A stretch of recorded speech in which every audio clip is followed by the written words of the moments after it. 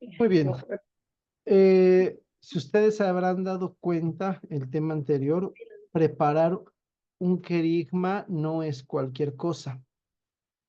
Yo les hacía énfasis en la importancia que tiene para los hermanos que van a recibir el querigma, el que esté bien preparado.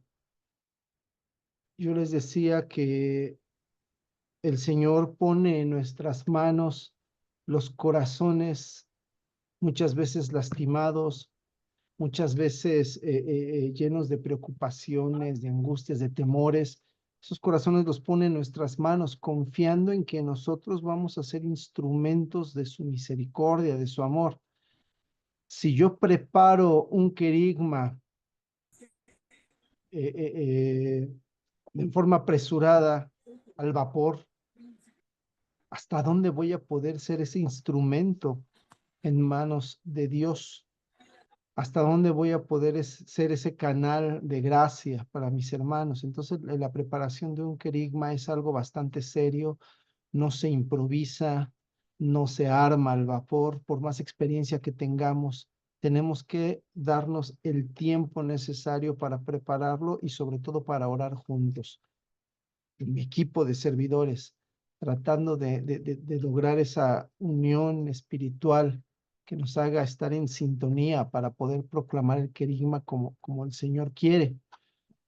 Para proclamar el querigma, nosotros tenemos que recordar antes lo que ya habíamos mencionado, creo que la primera clase.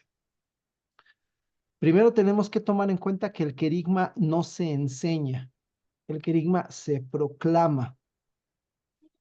La diferencia es obvia, la diferencia es grande. Nosotros no queremos que la gente aprenda cosas nuevas, sino queremos que la palabra de Dios penetre como esa espada de doble filo hasta su corazón. Eso es lo que queremos. Por eso vamos a hacer una proclamación fuerte, abierta, con fe, con confianza, para que nuestros hermanos, puedan eh, eh, recibir la palabra de Dios perdón, aquí es que ya se me fue la presentación, aquí la tengo. Que nuestros hermanos puedan recibir la palabra de Dios con un corazón abierto y que esa palabra de Dios los llene. Eh, eh, lo segundo, el querigma no se dirige a la razón, sino al corazón. Nosotros no queremos que entiendan las verdades de fe Yo no veo la presentación, ¿tú sí? no se ve la presentación, perdón. No. A ver, permítanme entonces.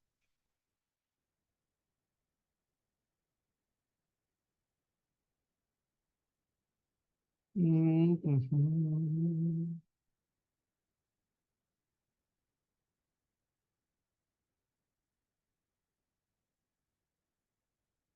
¿Ya está? Ya, Ah, perfecto. Ya, ya se ve. gracias. Ok, decíamos, el querigma no se dirige a la razón, sino al corazón.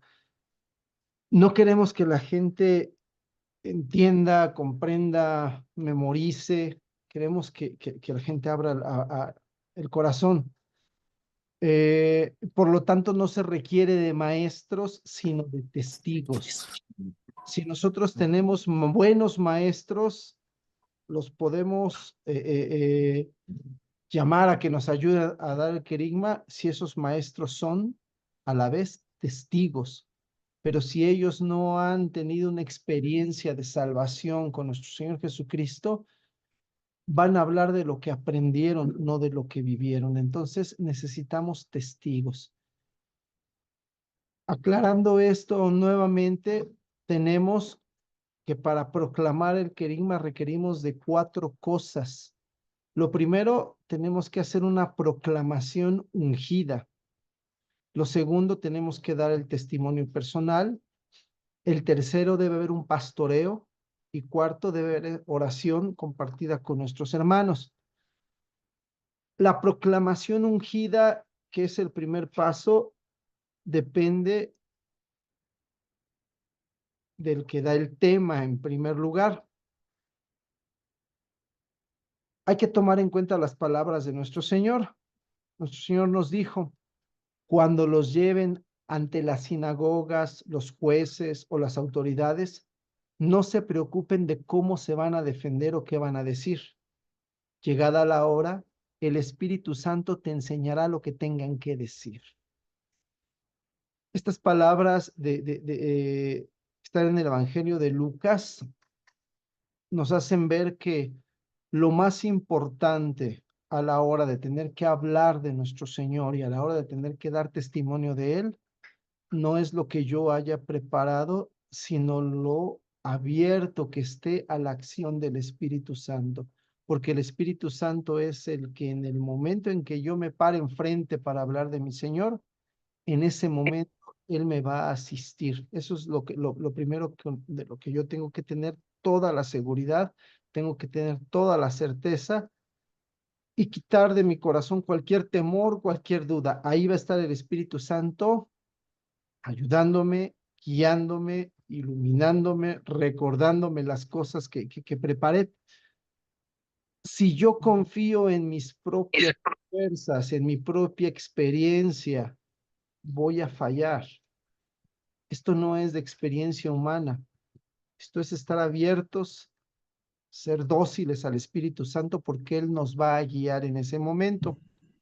Otra cita bíblica importante, Hechos 1:8, dice, Señor, recibirán la fuerza del Espíritu Santo cuando venga sobre ustedes y serán mis testigos en Jerusalén, en toda Judea, en Samaria y hasta los extremos de la tierra.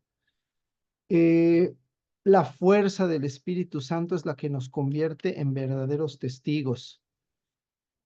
Yo me acuerdo que cuando tuve que preparar mi primer tema para un querigma, hasta me paraba en el espejo y me ponía a hablar a ver cómo me veía. Y todo, bueno, estaba yo bien espantado, la verdad, porque ya no sabía ni qué iba a pasar, ¿verdad?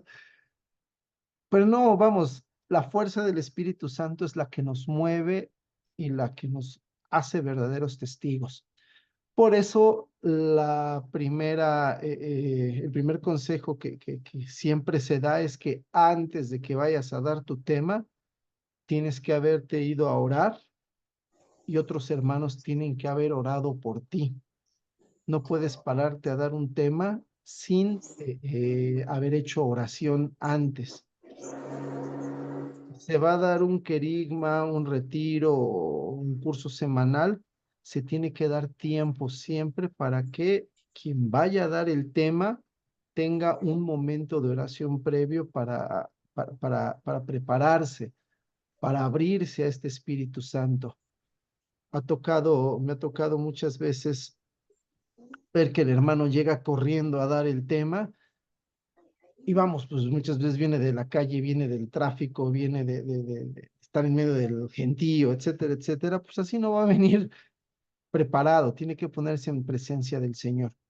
Ahora bien, que el Espíritu Santo me convierta en testigo, me convierta en ese proclamador de la palabra que el Señor quiere, no implica que no prepare mi tema ni estudie lo suficiente, porque también he visto hermanos que dicen, "No, pues ya el Espíritu Santo ya me dirá qué decir, ¿no?" Eh, eh, eh, vamos, eso es un error muy grande, eso es un error que debemos evitar. Yo tengo que preparar mi tema lo suficiente, yo tengo que estudiarlo, repasarlo, tener separadas mis citas bíblicas, tener mi material preparado, todo preparado. Ya que está todo preparado, ahora sí que venga el Espíritu Santo y me inspire. Hay una palabra muy importante que les dijo Jesús a sus apóstoles en la última cena, cuando les hablaba de la venida del Paráclito. Les dijo que cuando venga el Paráclito les recordará todas estas cosas, así les dijo, Él les recordará. Entonces, si tú ya preparaste tu tema, si ya tú estudiaste tu tema, el Espíritu va a venir y te lo va a recordar punto y por punto para que no se te olvide nada. Entonces, primera condición para poder proclamar el querigma, estar lleno del Espíritu Santo. Tener ese momento de oración previo y tener hermanos que estén conmigo, que oren por mí, para que yo pueda recibir esta fuerza del Espíritu Santo. Bien, durante el tema, voy a dar mi testimonio personal. Aquí tenemos en la ilustración pues a Juan y a Pedro. Si ustedes leen Hechos 4, verán que a Juan y a Pedro los encarcelaron por andar predicando la palabra del Señor.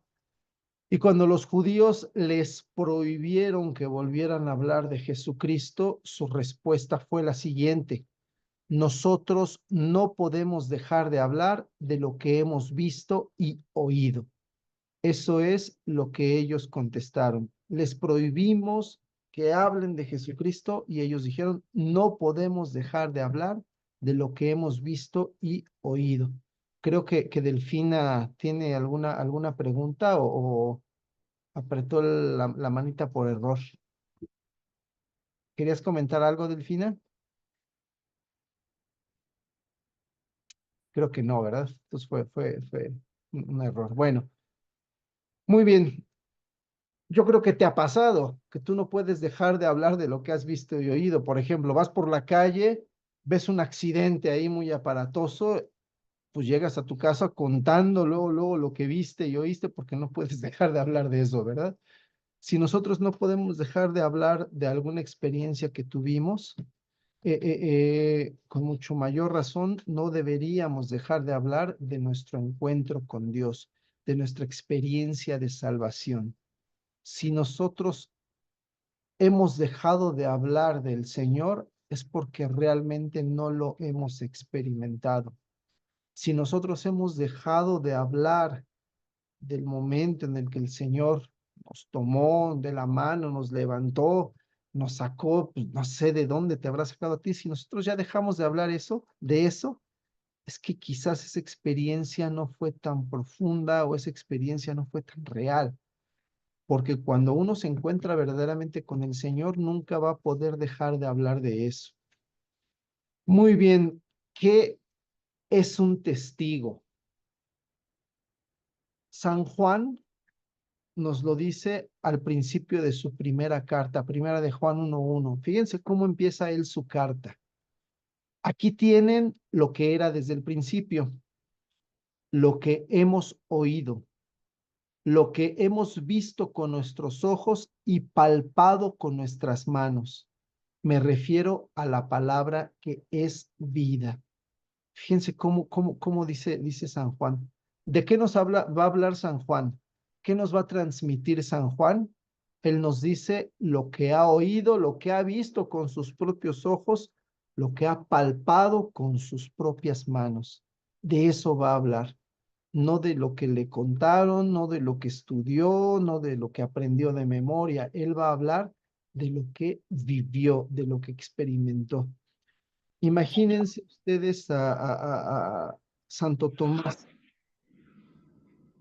que el Señor le dijo, ven y toca, ven y palpa, ven y mete tus dedos aquí en el agujero de mis manos, ven y palpa aquí en mi costado la cicatriz, la herida de la lanza. ¿Ustedes creen que Santo Tomás podía dar testimonio de la resurrección? Sí, ¿por qué? Porque él lo vio con sus propios ojos y lo palpó con sus propias manos. Entonces, un testigo es el que tiene una experiencia de vida, una experiencia profunda con el Señor. Ese se puede parar a hablar y a ese sí le van a creer. Entonces, si tú te vas a parar a dar el testimonio, primero hazte la pregunta, ¿si soy verdaderamente testigo del Señor? ¿Voy a echar un rollo, voy a inventar dos, tres cosas, o realmente voy a hablar de lo que vi, de lo que oí, de lo que palpé? Para recordarles lo que comentamos la vez pasada, si me voy a parar a dar mi testimonio del Señor, el ABC, el ABC del testimonio. El testimonio es auténtico. No voy a estar inventando cosas. Decía que muchas veces quisiera que mi testimonio fuera aquí súper espectacular, ¿verdad? No se trata de espectacularidad. Se trata de que el Señor te haya tocado al corazón y te haya transformado, así sea en lo más pequeño, en lo más quizás oculto de tu ser, ¿no? Pero si el Señor te tocó realmente, te transformó, te ayudó, eso es auténtico, no tienes que inventar grandes cosas. La letra B del ABC es que el testimonio es breve. No te tardes ahí media hora, una hora hablando de ti, de ti, de ti, de ti, de lo que pasó y de cómo eras, y yo hice esto, y yo hice el otro, yo hice aquello, yo era de lo peor. Vamos, debe ser breve, no canses a la gente con toda tu vida, ¿verdad? Y obviamente debe ser centrado en Cristo, la C, centrado en Cristo. No te la pases hablando de ti. Yo hice, yo maté, yo robé, yo me drogué, yo golpeé, yo violé, yo no sé, bla, bla, bla, bla, bla. Pero ahora pues ya el Señor me tocó. No. El testimonio es centrado en Cristo. Cómo te buscó Cristo, cómo te encontró, cómo te dio la mano, cómo te rescató de donde estabas, cómo fue ese encuentro, cómo transformó tu vida, cómo vive Cristo ahora en tu corazón. Ese es el centro de tu testimonio. Y para complementar el ABC, ¿cómo cuento mi testimonio? Cuento brevemente cómo era mi vida antes de Cristo, cuento de una forma más extensa cómo fue mi encuentro con Cristo y cuento en forma breve cómo es mi vida ahora, después de Cristo. Entonces, el centro del testimonio es mi encuentro con Cristo. Eso es lo que tiene que quedar bien testificado y ya más breve cómo era mi vida antes y cómo fue mi vida después de ese encuentro. Entonces, esto es para redondear este tema de cómo contar el testimonio personal. Si ustedes recuerdan, habíamos dicho que para preparar el querigma tengo que tener mi tema con los puntos esenciales. Se recomendaba una cita bíblica por cada uno de los puntos de mi tema y mi testimonio que puede abarcar todo el tema o puede abarcar uno de los puntos que voy a mencionar. Básicamente ahí está mi tema ya estructurado. Puedo complementar con un canto, con una pequeña oración. Si hay tiempo, puedo hacer después una dinámica en donde se refuerce el mensaje. Eso también lo puedo hacer, sobre todo si estoy en un retiro de encierro y tengo tiempo. Pero uno de los elementos que nunca deben faltar en cualquier querigma, nunca debe faltar es el pastoreo. Esto jamás debe faltar, es esencial, es esencial. Para el pastoreo tenemos que ver cómo es Jesús, buen pastor. Jesús dijo, yo soy el buen pastor y conozco mis ovejas y mis ovejas me conocen a mí y doy mi vida por mis ovejas. Esto está en Juan 10, 14 y 15. Para empezar, en el grupo de pastoreo, tú tienes que interesarte por tus ovejas, conocerlas a ellas, dejar que ellas te conozcan a ti, tratar de empatizar con cada una de ellas, tratar de entender a cada una de ellas, pero lo más importante, amar a cada una de ellas. Si ustedes leen el relato del joven rico, el que se marchó pues decepcionado porque tenía muchos bienes y el Señor le había dicho, vende todo y sígueme. Bueno, ese joven rico, hay un detalle de Jesús.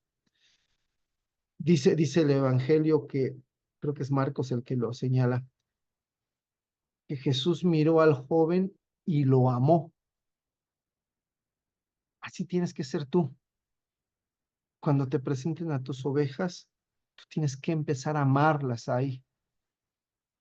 ¿Cómo se logra eso? Es que es algo que tú no vas a hacer con tu esfuerzo, es algo que el Espíritu Santo va a poner en tu corazón. Si yo te decía que necesitaba semanas de preparación espiritual, es por eso. Si tú no estás preparado espiritualmente, tú no vas a ver con amor a tus ovejas. A lo mejor vas a tener algún rebelde, a lo mejor vas a tener alguien con la sangre pesada, como solemos decir. Bueno, hasta esa persona la vas a poder amar si tú espiritualmente estás bien. Entonces tienes que amarlas. Y aquí dice algo importante, el pastor da la vida por sus ovejas. En el retiro, en el curso de querigma, tú tienes que dar todo tu tiempo a tus ovejas, toda tu atención a tus ovejas. Otra forma de dar tu vida es que tú les vas a compartir tu testimonio de vida, tú les vas a compartir lo que te ha pasado. Muchas veces tienes que compartir tus pecados, tus defectos, tus caídas, y a lo mejor eso puede ser penoso, incluso doloroso, pero esa es una forma de sacrificarte y dar la vida por las ovejas. El amor de Jesucristo es un amor oblativo. ¿Qué quiere decir eso? Él se dio en sacrificio. Entonces, tú muchas veces tienes que aprender a sacrificarte por tus ovejas. Entonces, en el pastoreo, lo primero que tienes que pensar es en ser buen pastor como Jesús.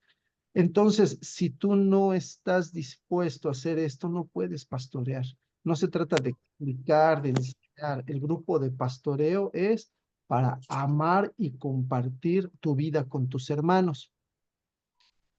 Los grupos de pastoreo, vamos a ver algunas características importantes. Lo primero, en todo querigma, ya sea retiro, ya sea curso semanal, es indispensable formar grupos de pastoreo. ¿Cuántas personas? Pues unos autores dicen máximo 10, otros máximo 12, otros que sean de 5, que bueno, por experiencia les digo que si son más de 8 personas, ya es difícil poder interactuar con todos, ya es difícil poder hablar, poder compartir, poder orar por todos. Entonces, obviamente, se vive en muchos lugares una falta de servidores, una falta de pastores para estos grupos, ¿no? Tratemos de que los grupos no sean muy amplios, porque si no va a ser mucho más difícil atenderlos. Y bueno, al frente de estos grupos se tiene que poner hermanos que tengan el carisma apropiado. ¿Cuál es el carisma apropiado para ser pastor? Lo que les decía, ante todo, personas que amen a las ovejas, personas que se interesen por las ovejas. Hay hermanos que tienen un corazón muy abierto, muy sensible a las necesidades de los demás. Hay hermanos que con solo ver a los ojos de alguien ya saben que está sufriendo, ya saben que tiene algo. Hay otros que son muy Ujú. descuidados, que les cuesta Sí. ser amables, etcétera, ¿no? Entonces, este tipo de hermanos distraídos, descuidados, pues no conviene ponerlos al frente, ¿no? Hay que poner al frente a alguien que sepa acoger al hermano, que sepa escuchar al hermano. Es bien importante escuchar. Muchas veces estos hermanos traen tantas cosas dentro y necesitan sacarlo y necesitan que alguien los oiga. Y tú los puedes escuchar, pero no nada más escuchar, tú puedes estar orando por ellos, tú puedes ponerlos en las manos de Dios, que es mucho más importante que solo oír lo que te digan y ahí servir ahí como para que se desahogue, no, tú puedes poner en manos del Señor cada una de las cosas que te están diciendo. Entonces, los hermanos que pastorean deben saber escuchar, deben ser hermanos que tengan la sabiduría necesaria para dar un consejo, para dar una orientación o para saber cuándo lo que el hermano tiene debe ser atendido por otra persona, un sacerdote, por ejemplo. Entonces, los hermanos que están al frente de los grupos de pastoreo tienen que tener mucho discernimiento. Obviamente no vas a poner a primerizos ahí, ¿verdad? Vas a tener que poner a cargo del grupo a una persona que tenga experiencia, lo que decíamos la clase anterior, madurez humana, madurez espiritual, espiritualidad fuerte. Esos hermanos son los indicados para tener un grupo de pastoreo. A lo mejor ahorita estás pensando, no, pues en mi comunidad, ¿cuándo? No, pues es que es para que tú te pongas a orar fuerte, para que te pongas a prepararte bien y el Señor te va a dar el carisma para poder hacerlo, ¿no? Entonces, conviene tener un titular del grupo de pastoreo y tener, si hay suficientes hermanos, uno o dos que estén ahí como auxiliares, pero que también estén aprendiendo. Si son hermanos que tienen menos experiencia, les va a servir mucho ver cómo hace las cosas alguien con mayor experiencia. Y bueno, y otra cosa que considerar, el pastoreo sirve para aterrizar el mensaje y adaptarlo a la vida diaria.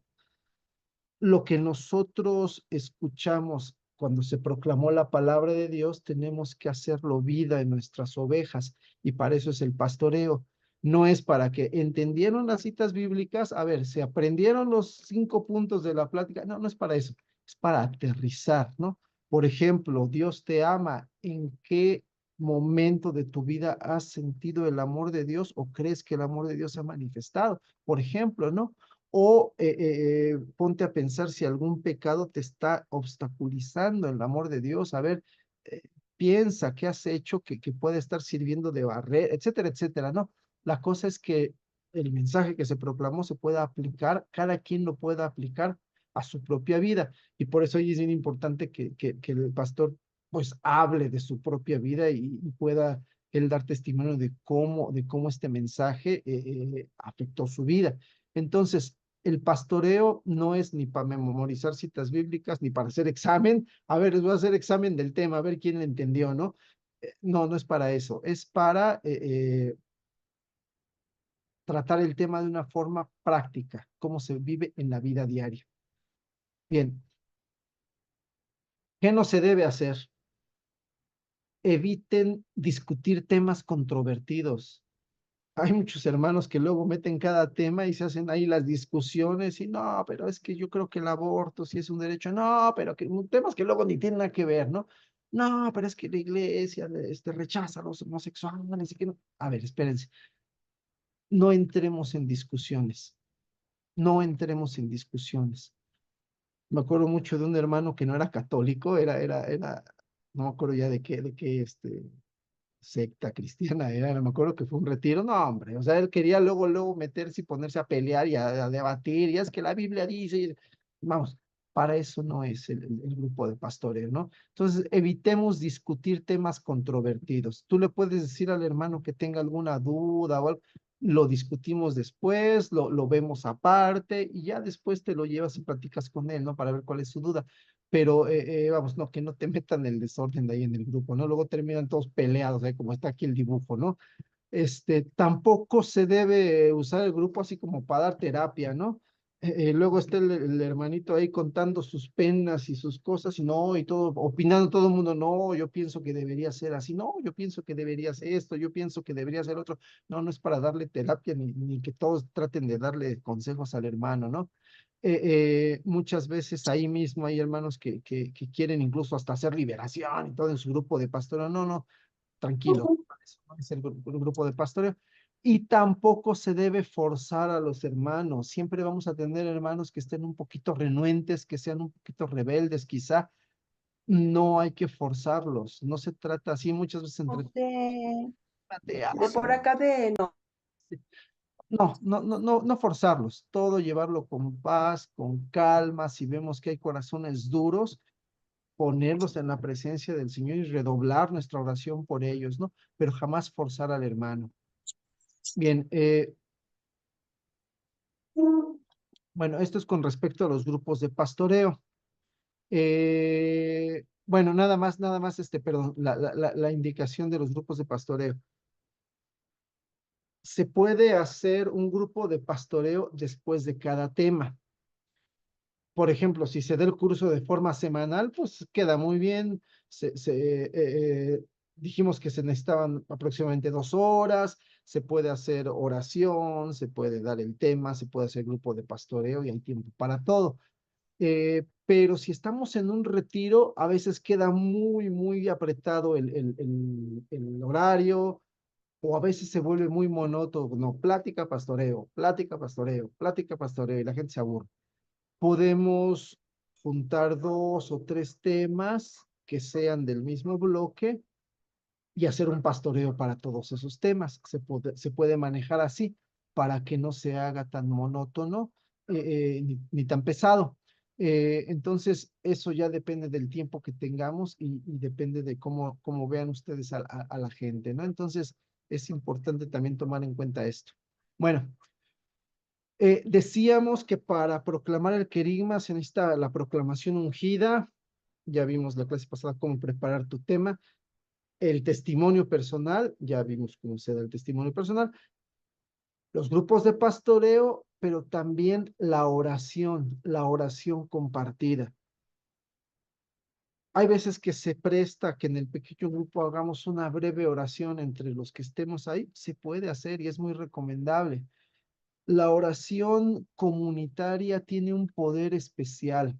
Estas citas bíblicas, pues ustedes ya las conocen, pero hay que recordarlas. Dice el Señor, les aseguro también que si dos de ustedes se ponen de acuerdo en la tierra para pedir algo, sea lo que sea, lo conseguirán de mi Padre que está en los cielos, porque donde están dos o tres reunidos en mi nombre, allí estoy yo en medio de ellos. Mateo 18, 19, 20. Aquí hay dos aspectos que tenemos que resaltar. Dice el Señor, si dos de ustedes se ponen de acuerdo, si dos se ponen de acuerdo, es importante esta palabrita, ponerse de acuerdo. Para ponerme de acuerdo con otro hermano, debo tener humildad, debo renunciar a tener siempre la razón. Debo saber ceder en ocasiones, porque luego no nos ponemos de acuerdo porque cada uno se aferra a lo que cree o a lo que piensa. El hecho de que yo sea humilde y me pueda poner de acuerdo con otro hermano para cualquier cosa, eso es lo que le da una fuerza importantísima a la oración comunitaria. Cuando todos logramos ponernos de acuerdo para pedir una cosa, estamos renunciando a nosotros mismos y estamos viendo el bien de los demás y por eso la oración comunitaria es tan fuerte. Entonces, lo primero que les digo, hay que poner énfasis en esto de ponerse de acuerdo. Lo segundo, estar reunidos en mi nombre. Cuando estamos reunidos en el nombre del Señor, ahí está en medio de nosotros. Y reunirnos en el nombre del Señor no es nada más decirle, aquí estoy, Señor, pues escúchame. No, no, no, no, no. Estar en el nombre del Señor es algo más profundo. ¿Se acuerdan lo que les decía la clase pasada sobre no se alejen de Jerusalén? Es permanecer en el Señor, estar unidos al Señor. Cuando estamos en gracia de Dios, unidos al Señor, verdaderamente en comunión con el Señor, Él está ahí en medio de nosotros. Aunque seamos dos o tres que nos reunimos en la parroquia en un grupo de oración, si estamos todos peleados, si estamos todos divididos, ¿cómo va a estar el Señor en medio? No, pero somos dos o tres y estamos en la parroquia. Eso no es suficiente. Reunirse en el nombre del Señor es que yo estoy en comunión con el Señor y con mi hermano. Si no estoy ni en comunión con el Señor ni en comunión con mi hermano, Él no va a estar ahí. Entonces, muchas veces el Señor habló de esto y la vez que lo hizo más claramente es, si tienes algo contra tu hermano, deja tu ofrenda y ve a reconciliarte con él. Entonces, para que se haga efectiva la oración comunitaria, decíamos en la clase anterior, tenemos que orar en un mismo espíritu, todos en sintonía, porque si no, no va a ser efectiva la oración. Otra cita bíblica importante, Hechos 4:31. Acabada su oración, retembló el lugar donde estaban reunidos, y todos quedaron llenos del Espíritu Santo y proclamaban la palabra de Dios con valentía. ¿De qué nos está hablando aquí el libro de los Hechos? Es cuando arrestaron a Pedro y a Pablo y los amenazaron para que ya no proclamaran la palabra de Dios. Eh, eh, pues los discípulos reunidos clamaron a Dios, le pidieron que les diera valor para seguir proclamando la palabra a pesar de las amenazas. Y como respuesta dice aquí que tembló el lugar donde estaban y fueron otra vez llenados del Espíritu Santo en forma similar a Pentecostés y salieron con toda valentía a proclamar la palabra. Nuestras oraciones comunitarias tienen que tener esta efectividad, tienen que tener la capacidad de que se suscite una nueva efusión del espíritu. Si nosotros no estamos en comunión como hermanos, no se va a lograr esto que lograban los apóstoles cada vez que oraban. Cada vez que ellos oraban, era una efusión tremenda de espíritu. Si nosotros no estamos en comunión, no vamos a poder lograr un nuevo Pentecostés para nuestros hermanos. Bueno, Decíamos que se recomendaban 3 oraciones, una oración de sanación, preferentemente frente a Jesús sacramentado, eh, una segunda oración que sea un acto penitencial y una renuncia a Satanás y para proclamar después el señorío de Jesús. Y la tercera oración era la oración ya al Espíritu Santo, el bautismo al Espíritu Santo.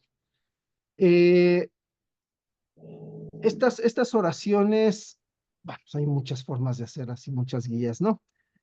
Ahorita voy a compartirles más o menos cómo se pueden hacer, una forma de hacerlas, ¿no? Para los que nunca lo han hecho. Este, déjenme, dejo de compartir ahí y les voy a compartir otra página.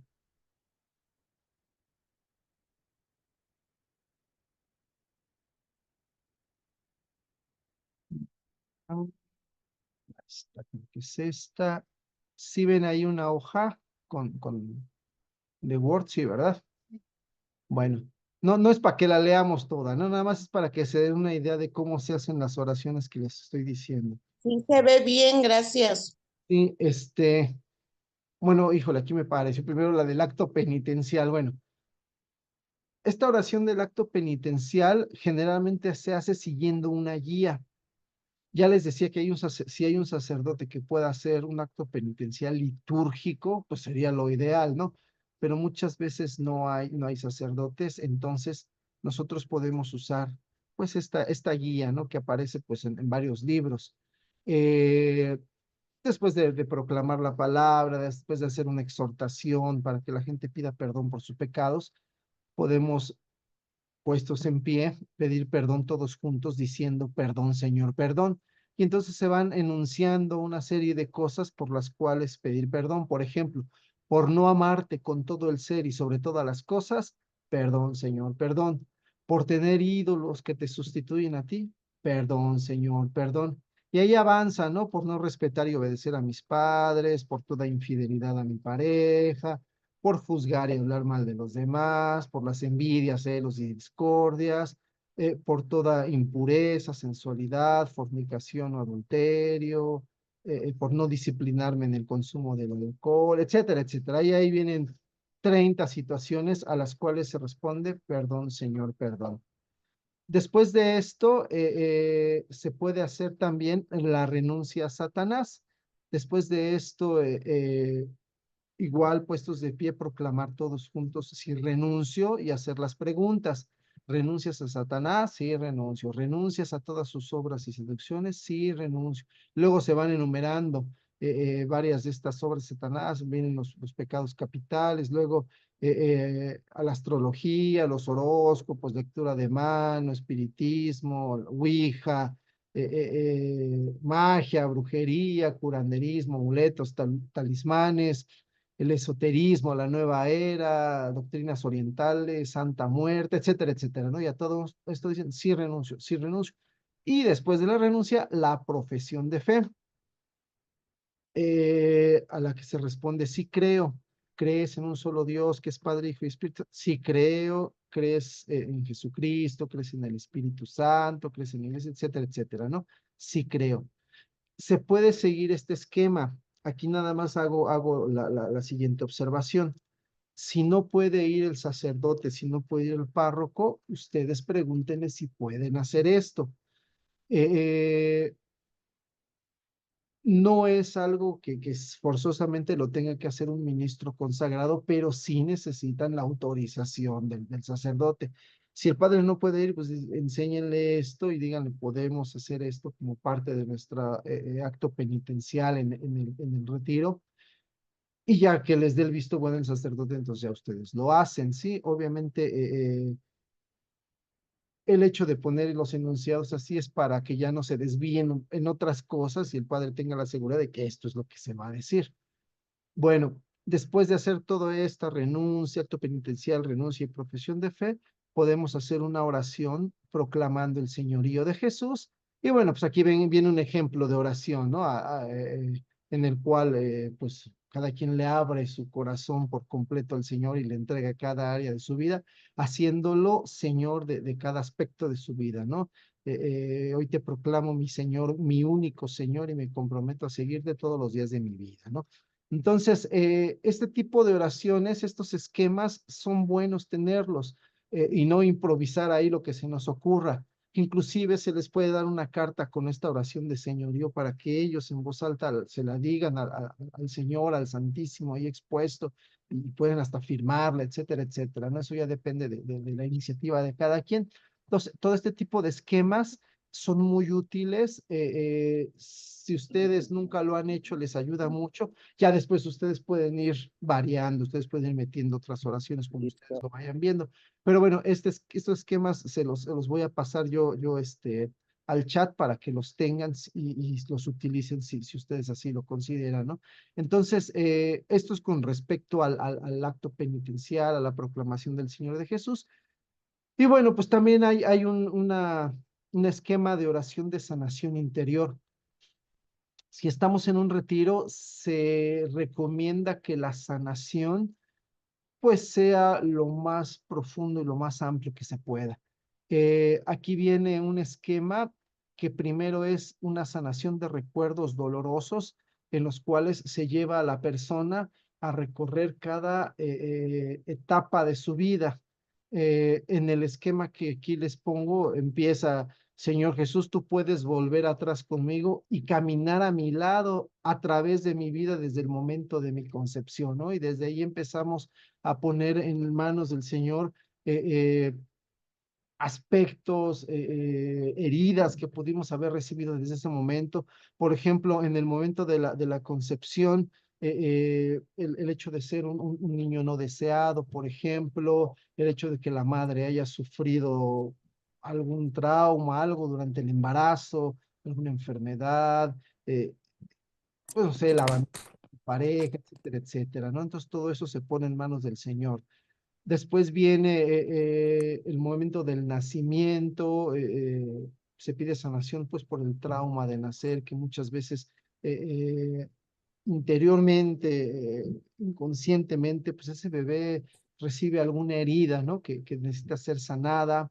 Se pone en manos del Señor los primeros meses de vida, muchas veces la falta de amor materno, la falta de amor paterno, etcétera, etcétera. Vamos, se trata de tocar los aspectos de la vida de cada persona, ¿no? Pues las relaciones con el papá, con la mamá, con los hermanos, los familiares, eh, pues el hecho de haber ido a la escuela, las heridas que se pudieron haber producido en ese momento, la separación de los padres, etcétera, etcétera. Se pone en sus manos pues la adolescencia, cuando se experimentaron a veces cosas que lastimaron su sexualidad, el hecho de querer relacionarse ya con otras personas del otro sexo, etcétera, etcétera, ¿no? La juventud, matrimonio, bueno, etcétera, etcétera. Es como un recorrido a través de la vida, donde se pone en manos del Señor cada momento. Y bien importante, terminar con una oración de perdón. Ustedes saben que perdonar es sanar. Entonces, se les tiene que explicar muy bien que el perdonar no es algo automático. A veces el Señor da la gracia de poder perdonar así, pero no es algo automático. En la mayoría de las veces el perdón es un proceso, pero ese proceso inicia con la intención, con la decisión de hacerlo, ¿no? Entonces, pues viene aquí una oración igual de perdón en la que por ejemplo, perdono a mis padres, perdono a mis hermanos, perdono a mis compañeros de escuela, a mis jefes y superiores, a mi esposo, a mi esposa, etcétera, etcétera, ¿no? Entonces, es importante esta oración de perdón porque eso va a liberar y va a sanar muchos corazones, ¿no? Bueno, estos esquemas, vuelvo a repetir, pues, no son para que todos los hagan, no es algo que se tiene que hacer al pie de la letra, es una guía que pueden utilizar, sobre todo cuando no hay experiencia, cuando uno no tiene ni idea de cómo se puede hacer, ustedes pueden utilizar esta guía y pónganse en manos del Señor y en manos del Espíritu Santo y es fe lo que se necesita finalmente, ¿no? Para que el Señor toque los corazones de nuestros hermanos. Luego les paso estas guías y para que ustedes las tengan ahí y las vean, las valoren para ver si les son útiles. Bueno, esto es con respecto a las oraciones de sanación y al acto penitencial que se recomienda hacer durante el querigma. Vamos a hacer un pequeño receso y ahorita vamos a poner un poquito de mayor énfasis en la oración final, que es el bautismo en el Espíritu Santo, porque ahí sí hay varios aspectos que tenemos que tocar, porque es una oración que algunas veces ha resultado un poquito controvertida, ¿no? Entonces, vamos a hacer un receso, son 5 para las 9, nos vemos a las 9:10 y en un momentito entonces continuamos. Bien, la oración de bautismo en el Espíritu Santo constituye uno de los pilares de la renovación carismática. De hecho, si nosotros no hacemos esta oración, pues hay que dudar de que nuestro querigma haya sido carismático, ¿no? La renovación carismática no debe perder como esencia esta oración, por eso siempre tenemos que incluirla en nuestro querigma. Yo he asistido a querigmas en varios lugares y en muchos no se tiene contemplada esta oración. Y vamos, es fundamental, no tiene caso hacer un querigma si no vas a hacer efusión del Espíritu Santo, si no vas a hacer bautismo en el Espíritu Santo. Entonces, tenemos que estar preparados para poder hacerla y saber cómo se hace. Muy bien, en problemas de terminología. Galvez retomó la palabra para hacer más señalamientos. Algunos no les gusta el nombre bautismo en el Espíritu Santo porque piensan que puede confundirse con el sacramento del bautismo. Ya les dije que el término bautizar significa sumergir. Si nosotros desde el primer momento aclaramos que nuestra oración que vamos a hacer es sumergirnos en la presencia del Espíritu Santo y que no tiene nada que ver con un sacramento, no hay ningún problema en utilizarlo. De hecho, la palabra bautismo del Espíritu Santo la usa mucho el Papa Francisco. Él es el que últimamente la ha empleado todavía con más fuerza que muchas comunidades de la renovación. Él ha repetido una y otra vez, lleven el bautismo en el Espíritu Santo a toda la iglesia. Pero si en algún lugar al sacerdote no le gusta el término, no está de acuerdo con él, bueno, se puede usar efusión del Espíritu Santo, renovarse en el Espíritu Santo, etcétera, etcétera, ¿no? Entonces, para que no haya problemas y no haya confusiones. Bien, ¿cómo se realiza la oración? Los que tomaron el primer curso sobre introducción a la renovación, ahí se habló un poquito más ampliamente sobre bautismo en el Espíritu Santo, pero es tan importante que quizás sea necesario, pues, ya después en otro momento abundar más sobre él, ¿no? Bueno, para el bautismo en el Espíritu Santo se necesitan ciertas disposiciones interiores. En primer lugar, la oración se hace en comunidad. Siempre la tenemos que hacer en comunidad. Había veces en que uno iba a hacer oración por alguien a su casa y ahí entre dos le imponían las manos y para que reciba el bautismo del Espíritu Santo. Eso no se recomienda hacerlo siempre en la comunidad. Y si se hace dentro de la parroquia, mucho mejor. O en este caso, si es un retiro de encierro, pues con la autorización del padre y con la comunidad que está orando, ¿no? No es una oración para hacerse en forma individual. Y pongo aquí dos características del Pentecostés que ya hemos mencionado, ¿no? Pentecostés se hace en comunión con Pedro y acompañados de María. ¿A qué nos referimos en comunión con Pedro? En comunión con nuestra jerarquía. No podemos andar haciendo bautismo en el Espíritu Santo a escondidas del Padre.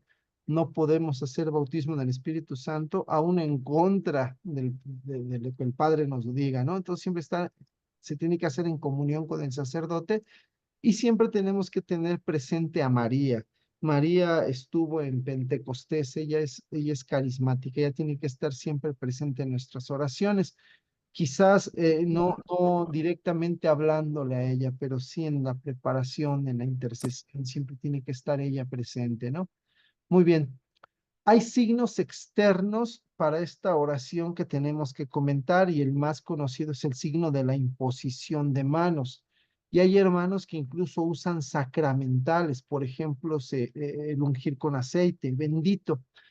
Ya desde ahorita les digo que yo no recomiendo el uso de sacramentales como el aceite, porque si lo que queremos es diferenciar la oración del bautismo en el Espíritu Santo con el bautismo sacramental, el meter un aceite, por ejemplo, puede causar mucha confusión.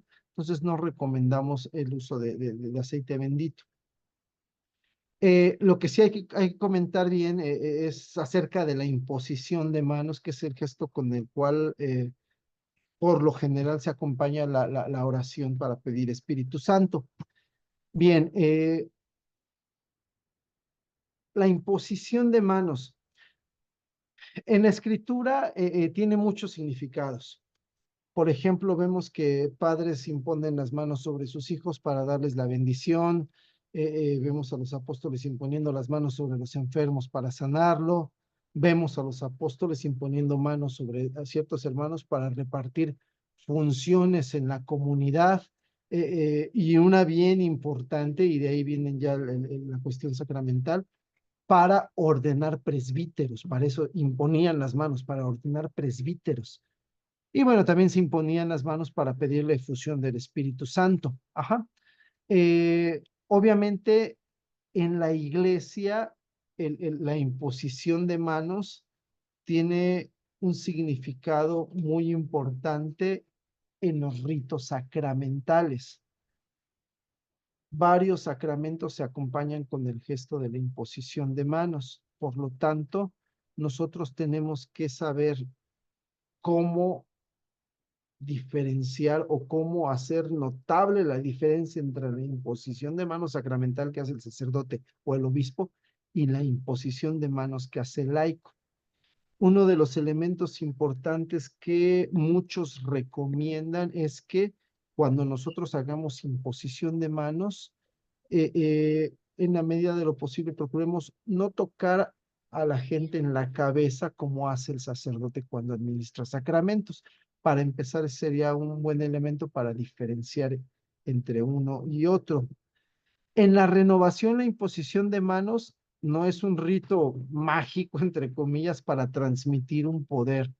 Hay hermanos que creen que a través de sus manos va a fluir ahí el Espíritu Santo, como corriente eléctrica para tocar ahí al hermano. Hay veces en que sí el sentir el contacto de la mano puede producir algún efecto sensible. Hay hermanos que sí, al contacto con las manos de quienes están orando con él, experimentan calor, por ejemplo, o experimentan alguna otra sensación, pero no quiere decir que yo le estoy transmitiendo algo. El hecho de pensar que yo con mis manos transmito algo es un pensamiento un poquito más supersticioso, más mágico, y no es real. Tampoco es un signo sacramental, eso ya lo aclaramos. Muy bien. Muy bien, ¿qué es la imposición de manos en la renovación? En primer lugar, es una expresión de solidaridad con el hermano. Es hacerte sentir cerca de él. Yo siempre pongo un ejemplo. Cuando quieres consolar a alguien, no es lo mismo desde lejos decirle, no, pues que yo te apoyo, que Dios te bendiga, a ir con él y abrazarlo. El contacto físico conforta al hermano, lo hace sentir amado, lo hace sentir comprendido. Lo mismo cuando se ora por una persona, el contacto físico hace sentir al hermano que ahí estás con él, que lo estás apoyando en ese momento. Por lo tanto, es un signo de amor y de unidad con la comunidad. Aquí tenemos en esta foto que por ahí me encontré cómo están todos tocando del hombro, ¿no? En la medida de lo posible al hermano. Es recomendable tocar al hermano en el hombro, ¿no? Para no causar controversias ni confusiones, ¿no? Ya yo, por ejemplo, una vez oí a un padre que decía, hay hermanos que tienen el carisma de sanación y esos hermanos, aunque sean laicos, yo sí les doy permiso de que impongan las manos en la cabeza, por ejemplo, ¿no? Pero bueno, eso ya depende del sacerdote, ¿no? Para no crear conflictos, recomendamos que se haga pues en el hombro. Y bueno, y tener siempre presente esto, si yo estoy imponiendo las manos es como un signo de amor, como un signo de comunidad. Estamos unidos en oración, estamos unidos pidiendo por ti, ¿no? Obviamente tenemos que tener al cuidado en ciertas cosas para que este signo de amor no se convierta en algo pesado. Por ejemplo, hay veces que quien impone las manos se recarga tanto que el pobre hermano termina más cansado que nada, ¿verdad? Hay veces en que somos tantos y todos quieren poner la mano, ¿no? No es necesario que todos pongan la mano, solamente dos personas o mucho tres que impongan cuando se ore por un hermano es suficiente, es más con una sola persona, ¿no? Lo que importa es hacer sentir que al hermano que estamos pidiendo por él en ese momento. Eh, vamos, hay un consejo de San Pablo que es muy importante. Dice San Pablo en la primera de Timoteo 5:22, no te precipites en imponer a nadie las manos. Bueno, aquí está mal, dice, es no te hagas partícipe de los pecados ajenos. Fíjate, no te precipites en imponer a nadie las manos. No te hagas partícipe de los pecados ajenos. No podemos andar imponiendo manos por todos lados, ¿no? Toda la vida. Nosotros tenemos que tener cuidado de con quién imponemos las manos. Y bueno, en el contexto del retiro querigmático, si sabemos que ya llevan una preparación, no hay ningún problema, ¿verdad? Bueno, aquí hay un dibujo, este es un pastor protestante que por ahí vi la foto, que ahí poniéndole las manos con una mano en la cabeza una, con una mano en la cabeza de otra. Vamos, nosotros no hacemos esto, ¿por qué? Porque mi oración por mi hermano es una oración solidaria. Quienes le ponen la mano por acá uno y la mano por acá el otro y no sé qué, vamos, no le veo yo mucho sentido. Pareciera como que yo tengo poderes y toco a uno y lo sano y toco a otro y lo sano. No, el contexto en el que nosotros lo debemos hacer en el bautismo del Espíritu Santo es distinto, ¿no? O sea, con mucha paz, con mucha calma, una persona por, por, por servidor, etcétera, etcétera, ¿no? Entonces, no tratemos de tratar de abarcar tanto, porque ese no es el sentido de la imposición de manos que nosotros hacemos. Desviaciones que hay que evitar, que es importante mencionar esto, hay que evitar sobre todo el emocionalismo, ¿no? Muchos piensan que si no lloran es porque no recibieron el Espíritu Santo, y eso es falso, ¿no? Muchos piensan que tiene a fuerzas que pasar algo y la gente está muy atenta a cualquier cosa que sienta para explotar emocionalmente. Evitemos el emocionalismo, acordémonos de las palabras de la Biblia, que sobre todo el Espíritu Santo es amor, alegría, paz, paz, paz. Eh, eh, eh, el espíritu es un espíritu de orden, no de confusión, etcétera, etcétera, ¿no? Si nosotros empezamos a ver que ciertas personas comienzan pues quizás a exagerar, quizás a llorar o a gritar más de lo debido, tenemos que tranquilizarlos. Tenemos que evitar el deseo desmedido de experiencias sobrenaturales. Hay muchos hermanos que están ávidos, están sedientos de tener experiencias espirituales y para ellos el tener una experiencia espiritual es más importante que tener al Señor. Tenemos que evitar esto, ¿no? El deseo desmedido. Hay una serie de cuestiones que han hecho que muchos busquen estas experiencias antes que al Señor. Eh, Aquí quiero comentar algo que es muy controvertido y que siempre que se toca, pues genera a veces cierta incomodidad, ¿no? Y es la cuestión del descanso en el Espíritu Santo. Hay muchos lugares en donde se acostumbra aquí, como está en la ilustración, pues tener a alguien, se hace la fila y pasan con alguien a que les imponga las manos. Inclusive hay personas atrás ya preparados para cachar a la persona cuando se cae, ¿no? ¿Se debe o no se debe hacer esto? Híjole, es muy controvertido. Muchos dirán, no, es que yo he visto a tal padre que lo hace, yo he visto a tal predicador que es católico que lo hace, etcétera, etcétera. Este, vamos, yo no les voy a decir lo que yo pienso. Déjenme compartirles algo, ¿no? Porque creo que es importante que lo tomemos en cuenta para evitar ciertas desviaciones que se pueden producir, ¿no? Este, déjenme quitar mi presentación y déjenme ponerles otra.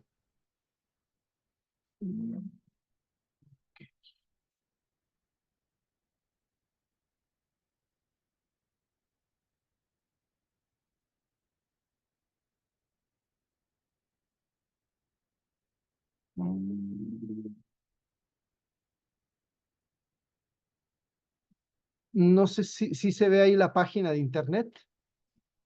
Sí, Esta página es de Caris. ¿Qué es esto de Caris o Charis, como le decimos comúnmente? Caris es el Servicio Internacional para la Renovación Carismática Católica. Es una asociación formada con servidores de todo el mundo, tiene su sede en Roma. De hecho, el Papa fue el que alentó para que se creara este Caris. Y lo que hace Caris es asesorar a la renovación carismática en todo el mundo. Eh, ¿Qué es lo que dice Caris sobre el descanso en el espíritu? De una vez, fíjense bien, si ustedes se meten a esta página de Caris, la página es caris.internacional. Si no, busquen así Caris Renovación y en Google y lo encuentran la página. Aquí hay muchas pestañitas y en una de estas pestañitas dice archivo y en archivo dice preguntas y respuestas. Nos metemos ahí y está bien interesante porque si ustedes se meten ahí van a encontrar un montón de cosas. Por ejemplo, bautismo en el Espíritu Santo. ¿Qué es el bautismo en el Espíritu Santo? Una persona no bautizada puede recibir el bautismo en el Espíritu Santo. Eh, ¿Qué debo hacer después de recibir el Espíritu Santo? Carismas. ¿Pueden imponer manos los laicos? Por ejemplo, aquí viene esta pregunta. ¿Pueden imponer manos los laicos? ¿Existe un carisma de sueños proféticos? Etcétera, etcétera. Hay un montón de preguntas sobre dudas que surgen en la renovación. ¿Es correcto orar en lenguas en la misa, por ejemplo? ¿El don de lenguas es para todos? Etcétera, etcétera. Sanación, liberación. Llegamos aquí a descanso en el espíritu. Y hay una pregunta que dice, ¿cómo discernir si una persona está realmente descansando en el espíritu? La voy a abrir y les voy a mostrar lo que dice. Esto lo hace o lo contestó la Comisión Doctrinal de Caris. La Comisión Doctrinal de Caris está formada por expertos, por teólogos, obviamente hay sacerdotes, obviamente hay obispos, que se ponen a revisar estas cuestiones y pues dan un consejo, ¿no? Y aquí el consejo que dan la Comisión Doctrinal de Caris para la Renovación, les voy a leer lo siguiente. Dice, luego lo pueden leer ustedes todo. Dice, lo que no debemos hacer es intentar hacer que algo suceda por nuestros propios esfuerzos. Por esta razón, se debe evitar empujar a las personas para que caigan en el descanso. También es una equivocación ejercer una presión psicológica sobre las personas, sugiriendo que solo aquellos que caen son bendecidos. Entonces, lo primero que hace aquí, la recomendación que hace la Comisión Doctrinal de Caris es evitar empujar a las personas, porque yo he visto que en muchos lugares les imponen las manos y luego les dan el empujoncito para atrás para que se caigan, ¿no? Entonces, vamos, no debemos tratar de hacer que suceda algo a fuerzas. Entonces no se recomienda empujar a las personas. Y dice un poquito más abajo, ¿no? Dice, en muchos lugares donde está la renovación, las personas hacen cola para que recen sobre ellas, queriendo recibir bendición y sanación. Cuando oran por ellas, muchas caen al suelo, pero en minuto y medio se levantan y vuelven a su sitio. Esto me parece ah, una Yo gran ahorita ya lo pérdida hago. de tiempo para Ahí voy. todos y una distracción de la verdadera obra Ay, del mamusi. Señor. Entonces aquí el padre no recomienda, el que escribió esta respuesta, no recomienda que se haga la fila, que se ore por las personas, que se empujen para que se caigan, porque dice que finalmente muchos se distraen y tratando de buscar una experiencia espiritual salen de la oración y mejor se van a la fila, ¿verdad? Entonces, es la recomendación que hace la Comisión Doctrinal de Caris, y ahí se las dejo, ¿no? Para que ustedes lo tomen en cuenta. ¿Qué quiere decir? ¿Que no existe el descanso en el espíritu? Sí, sí existe, aquí mismo lo dice este documento.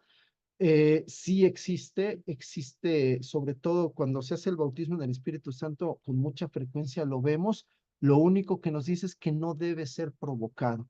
Si una persona de repente, en forma espontánea, cae en descanso, bendito sea Dios, ¿no? Va a tener una experiencia espiritual profunda, seguramente, pero no debemos provocar esa experiencia. Entonces aquí yo se los dejo de la página directamente de Caris, para que pues vamos, no es una opinión personal mía, ¿no? Es algo que recomienda la Comisión Doctrinal de Caris, ¿no? Con sede allá en el Vaticano.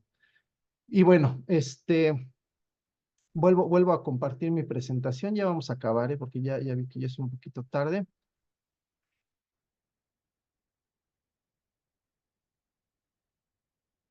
Ya para acabar con la presentación, ¿qué tenemos que evitar? El deseo desmedido de experiencias sobrenaturales, por eso les comenté esto sobre el descanso en el espíritu.